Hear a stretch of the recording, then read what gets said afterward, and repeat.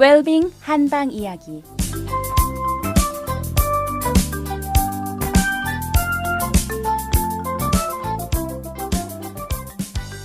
안녕하세요.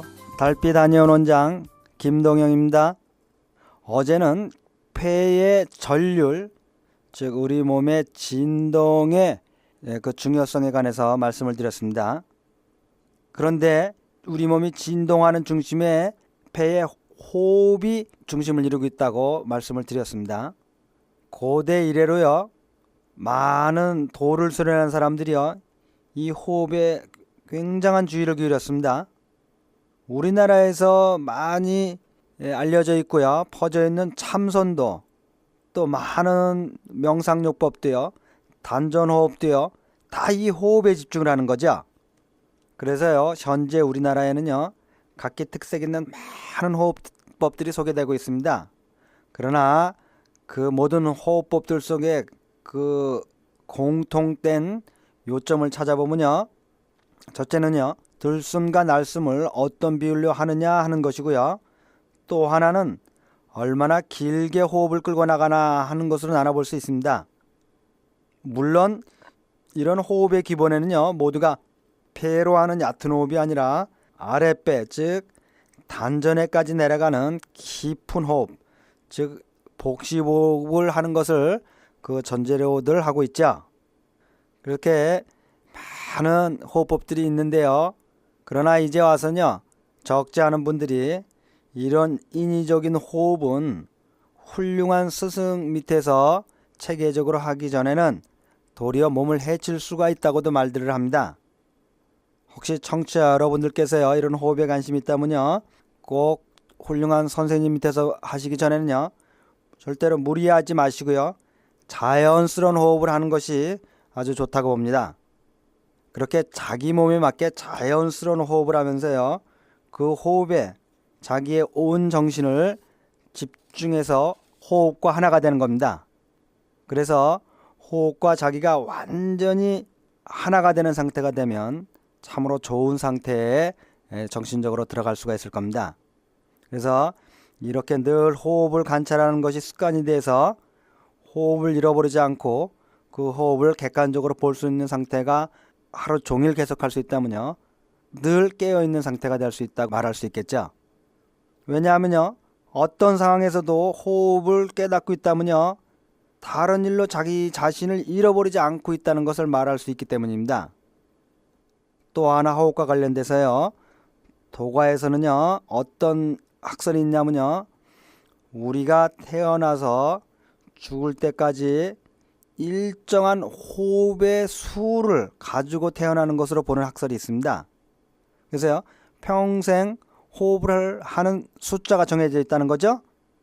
그럼 우리가 한 호흡을 할 때마다 그 호흡이 점점 길어져 간다면요, 일생 동안 주어진 호흡 수는 정해져 있고요, 호흡의 길이가 길어지면 길어질수록 우리의 수명이 어떻게 되겠습니까?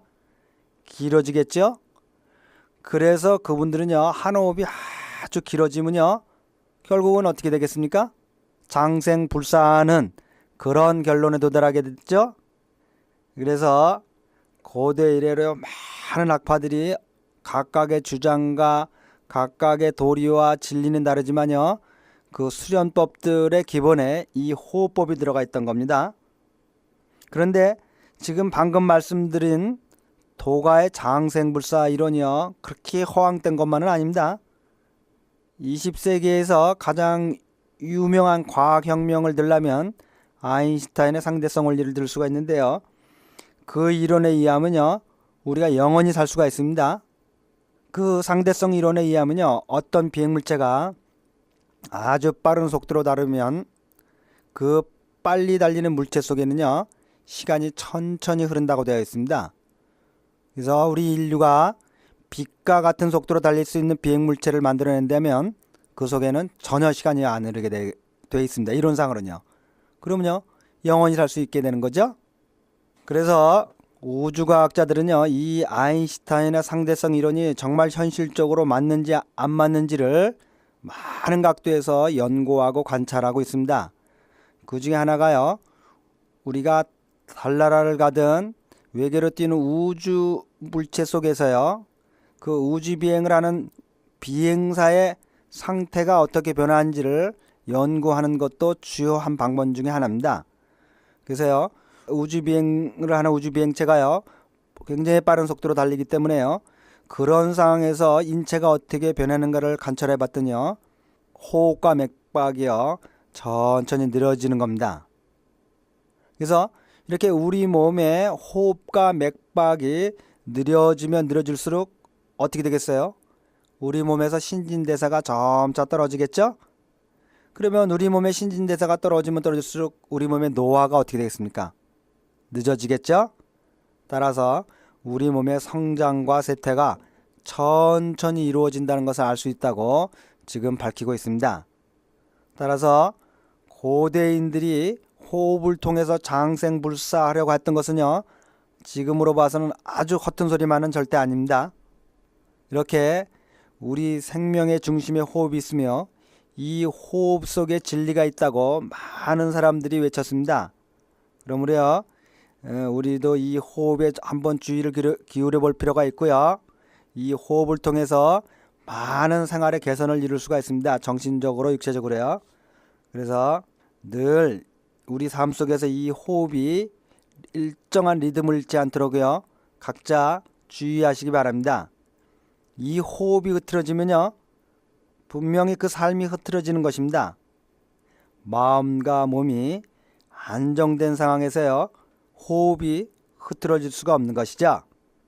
그러면 오늘 하루도 일정한 호흡의 리듬을 잃지 않고 평안하고 복된 하루 되시기를 바랍니다. 내일 다시 뵙겠습니다.